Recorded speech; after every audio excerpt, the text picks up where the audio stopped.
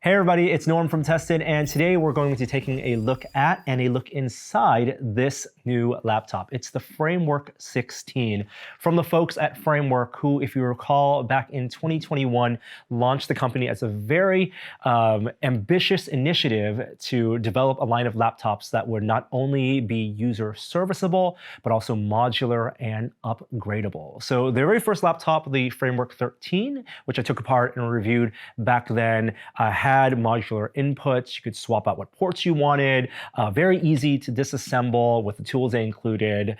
And also, since they've released it, they've kept their promise of releasing new components, a new main board with a new processor, so you could choose to swap that out and keep your laptop current without having to buy a whole new laptop. Now, the Framework 16, which they announced last year, continues on with that, and not just a larger form factor, now with a 16-inch display, but also kind of achieves this holy grail of modular computing with a swappable graphics card. It's not an eGPU. You don't plug this over in via USB-C. This is a Radeon 7700S mobile part consuming 100 watts of power that you can actually swap in just a couple of minutes. And I'm going to demonstrate how that all works. But I thought the best way to demonstrate this laptop is to maybe go top down and talk about the parts that can be swapped out very easily, to the parts that you might swap off occasionally, so some parts that you might want to then upgrade down the line and really tear the whole laptop apart. Starting off with just the basic fit and finish, their industrial design I think is serviceable. I don't think it's as nice looking as some of the high-end workstations, gaming laptops, or even your Apple laptops out there. But it's a nice finish. You have magnesium, aluminum, the whole thing in this configuration without the GPU option is about 4.65 pounds, and it has, of course, that much bigger screen. So 16-inch, it's 16:10 aspect ratio, which I love, of course. 2560 by 1600 resolution. It's not a touchscreen. It's matte. It's not OLED either, but at 500 nits of brightness and a wide color gamut support. This is 100% DCI P3 support. It's actually a very nice screen for video editing, for gaming, and for surfing the web and watching videos. I do like the keyboard, the touchpad, and I have it in a configuration right now set up with both a keyboard and a numpad. And so that's one of the first things that you can adjust. But in terms of hot swappability, I'm going to close the lid right now and show you that there are 6 slots on the bottom for input, 3 on each side. And these input modules are actually the same modules that they had on the Framework 13, which if you look on the input end, it's actually just USB-C. And so basically the main board has 6 USB-C ports. It's a mixture of USB 4 and USB 3.2.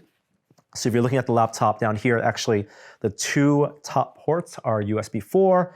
The rest of these are USB 3.2, which means there are some limitations in terms of what you can put in each.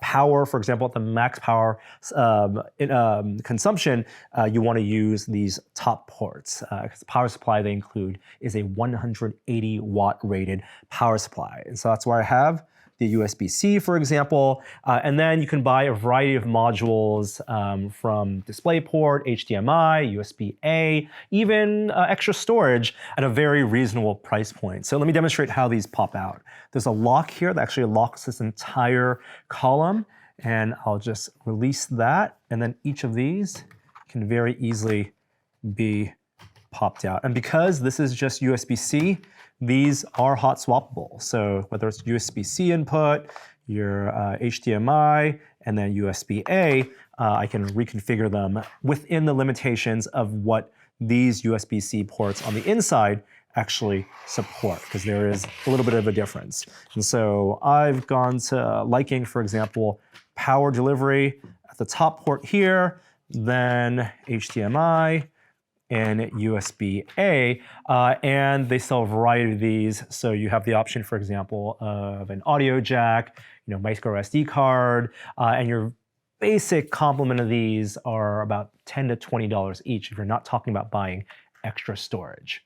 So the ability to swap out those inputs, it's nice, it's convenient, it's easy to do, but as I was using this laptop over the past couple of weeks, I really didn't find myself swapping those inputs all that often. I found the configuration that I liked, and mostly kept to that. And I found that the 6 ports are pretty sufficient, so you can think of it almost as like a integrated, highly integrated USB hub. Something that also is configurable is going to be your keyboard configuration. So what I'll do now is I'm going to take out the keyboard and show you what we can do. So the system is shut off, and this whole top part comes out pretty easily in a pretty ingenious engineering solution. On the left and right side, there are these tabs that lock in the whole top tray. So we're going to pull those out, and from there, you have these 2 kind of spacers that just easily slide out. From here, everything is actually magnetically connected, which is something I was really impressed by. So not only is the touchpad here easily slid offable, but also then the keyboard and the numpad here, because this configuration, keyboard on the left, numpad on the right, is actually user customizable. So I will just lift from here and pop that out. And the same thing with the keyboard, lift and pop out, being pretty delicate with it. And here is where you can see this is where their engineering solution really comes into play, where you have magnets that align to where your components fit into, and also everything gets connected via this array of contact pins. And so you can see on the tray itself, there are bunch of them, 1, 2, 3, 4, 5, 6, 7, 8 sets of those pins, which means that you can have this numpad on the left, you can have it on the right, same with the keyboard, or a variety of other options, including an RGB matrix that you can put it, or a little bit of an LED light display as well. So very easily to slot those in and have your keyboard centered, for example, or if you don't want to spend money on these extra lights, they have some generic black or even iridescent spacers that pop right in.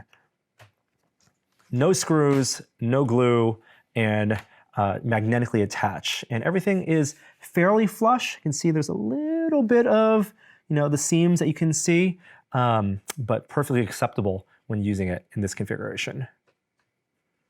With the top components taken off, we actually have access to not only where you can access the battery and the main board, but most notably for this laptop, the back unit. So I have the default shell here, which keeps the laptop light in its lightest configuration and the lowest profile, doesn't stick out in the back. But this back shell, which right now has 2 fans, can be swappable with this. So this is that optional discrete GPU. It's a Radeon RX 7700S. It's about a mid-range GPU, taking up to 100 watts of compute, and has your fans here. A ton of this is in the cooling and the heatsink, and it connects directly to the laptop via these PCIe lanes. There's actually a special connector and interposer that connects this to the motherboard. And what we're going to do next is how we're going to swap this into the Framework 16. All right, so to swap in this PCIe module, and right now there's only 2 options. There's the default bay that's in here and the optional $400 GPU. You open up this panel, which reveals this interposer connection. If I can tell, this bay is only using 1/2 of those connections, but we're gonna quickly unscrew these captive screws. And with that connection disconnected, it's fairly easy to then swap out this back module. So this is the standard expansion bay shell. Like I said, it's just 2 fans. Right now, the designs for this and that connection are open. So the idea for Framework is that other companies should be allowed to design and sell their own expansion modules that use this connection. And maybe in the future, there may be a version of this that supports, you see all this empty cavity space, extra slots for storage, extra M.2 memory slots, storage slots. But right now, what we're going to do is we're going to pop in our graphics module. Now, if you take a look at the standard base shell and the graphics module, not only does this stick out a little further, it just has a bigger profile, but also it lifts the whole laptop off the table a little more. So it's a little bit taller as well. And I think you're gonna need that for the fan intake. Installing this is super simple. That's it. All right, so the graphics card is installed and we're gonna secure it in place using these two screws here. 1 and 2. And then the very important interposer goes on top of that, and there are 4 captive screws that affix that into place. Performance-wise, a little less performance than dedicated high-end laptops, so it's not meant to replace like a gaming desktop, but think of it more as a work machine that you can do your productivity applications, your video editing, and then have the option to, if you're traveling, for example, swap in that graphics card if you want to play graphics at night in your hotel room.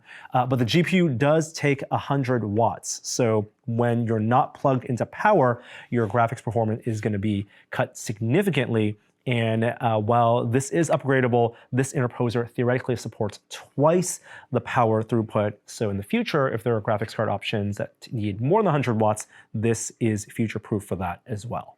So operationally, I found the graphics card unit kind of like how I treated these extra input ports, where even though I had the option of swapping to the standard shell bay here, I really, for the most part, kept the graphics card installed in here. I found rarely that the size, the extra weight and size of the laptop prohibited me from moving it from the office to the home, although I have not taken this on a big work trip, for example.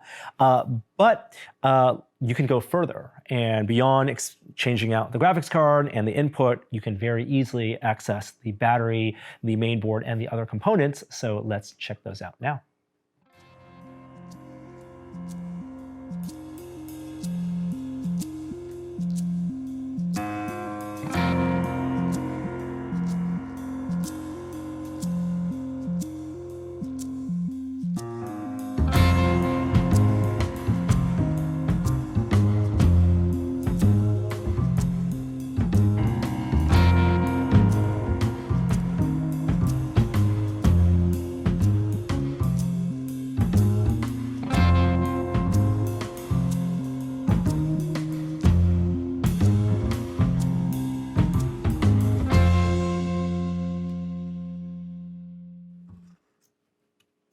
All right, and we've taken most of the components out. I didn't end up taking the speakers out, nor the display, but this is the motherboard. This is where the main board and the CPU, the APU really is connected. There's integrated graphics in here, and this is the module that theoretically you would have the option of upgrading down the line. They do sell this in a couple different performance configurations, and what they sent me was the highest end, their overkill edition, but you do have 2 slots for memory, 1 M.2 slot for storage, cooling pipes here, and of course that optional discrete graphics unit.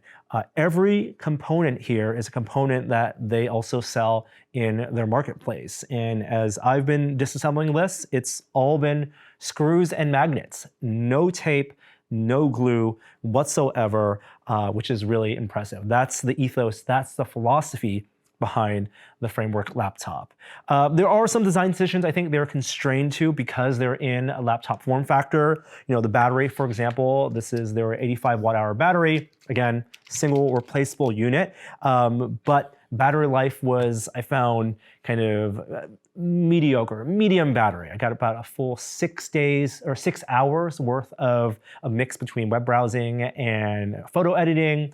Once you tap into any type of graphics for video editing, that battery life gets cut in half. And then with games, you can run them on this discrete GPU on the battery, but you're only going to get 1.5 hours to 2 hours and not at that full 100 watt load. And even though there are those PCIe lanes possible here with this the connection, this doesn't allow, for example, a second battery right now. The only way that they're tapping into this is with that discrete graphics, and they've teased other upgrades later, like I said, potentially storage units. You know, it's rare to see, you know, the inside of a laptop so clean and organized like this. And I'm noticing some interesting things already.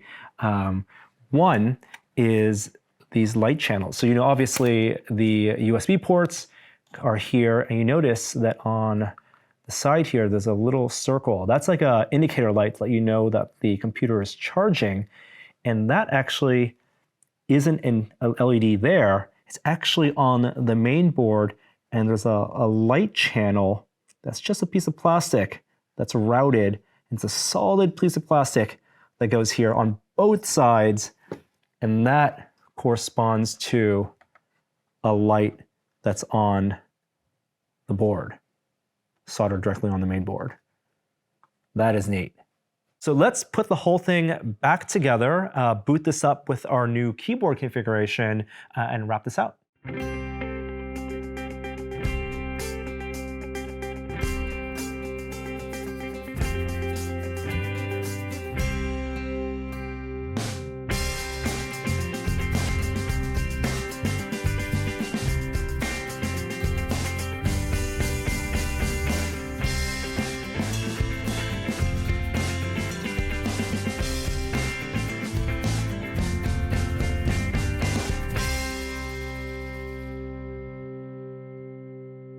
All right, so the Framework 16 is reassembled, and we're gonna power this back on. Fingers crossed it turns on. Pretty confident it'll turn on. It took about 5 minutes to go from everything, most parts out in the open, to back to an assembled state. And that's really kind of the promise and the premise of the Framework 16. Although in practice, like I said, I didn't feel myself needing to use the modularity all that much, even during my testing. I certainly wasn't swapping between different keyboard layouts and wasn't going between the GPU and the internal GPU and the shell here, you know, on a day-to-day basis. The ports, having the option to swap in, you know, from between USB-A, USB-C, your video outs, or audio jack, that's nice. But for the most part, I feel like someone buying a laptop is going to keep it to their preferred configuration. And the decision you're making is really at the point of purchase. When you're on the Framework website, if you're interested, you know, maybe you don't want to spend more than $2,000 on a laptop right now. You can get their DIY edition for under $1,500, although that's truly bare bones with no storage, no RAM. You bring your own power supply, all that stuff. Or maybe you don't want to have the discrete GPU right now, and you want to spend $400 later, or maybe get one in their marketplace from someone who might be upgrading later down the line. That's where I feel like the promise of the Framework can really deliver. As a laptop, if you just want to spend couple $1,000s on a laptop, I think there are probably better options out there, but people are buying laptops at that price to last years, you know, 5 to 10 years. And if Framework's going to be around and continues with their close partnership with AMD to develop modules and develop upgraded main boards, then the value proposition of this may pay off as an investment years from now, which is a long way to wait when you're investing a couple $1,000s on a high-end work computer today. I love their ethos. I love what they're going for. It really is super easy to disassemble. And they've proven that they will stick to their claims given what they did with the Framework 13. So I'm happy to see where the Framework 16 may go in the years to come. I want to thank them for loaning us this review unit. I'll be using it for some of our video edits in the days and weeks to come. If you have additional questions about the Framework 16, please post them in the comments below. But until then, I'm Norm, and I will see you next time. Bye. Thank you so much for watching that video. Your support allows us to make more of this great content. If you'd like to help us on a deeper level even, head over to tested-store.com because we've got stickers. Who doesn't love stickers? Our anime-inspired Tested logo in Japanese. Follow the process, not the plan. It's not a process. It's not a problem to solve, it's a process to manage. Other aphorisms that have come from my mouth. And we have just made a full set of our demerit badges in sticker form. So you can cover your toolbox with all of your screw-ups and celebrate it with other makers. Thank you guys so much. See you next time.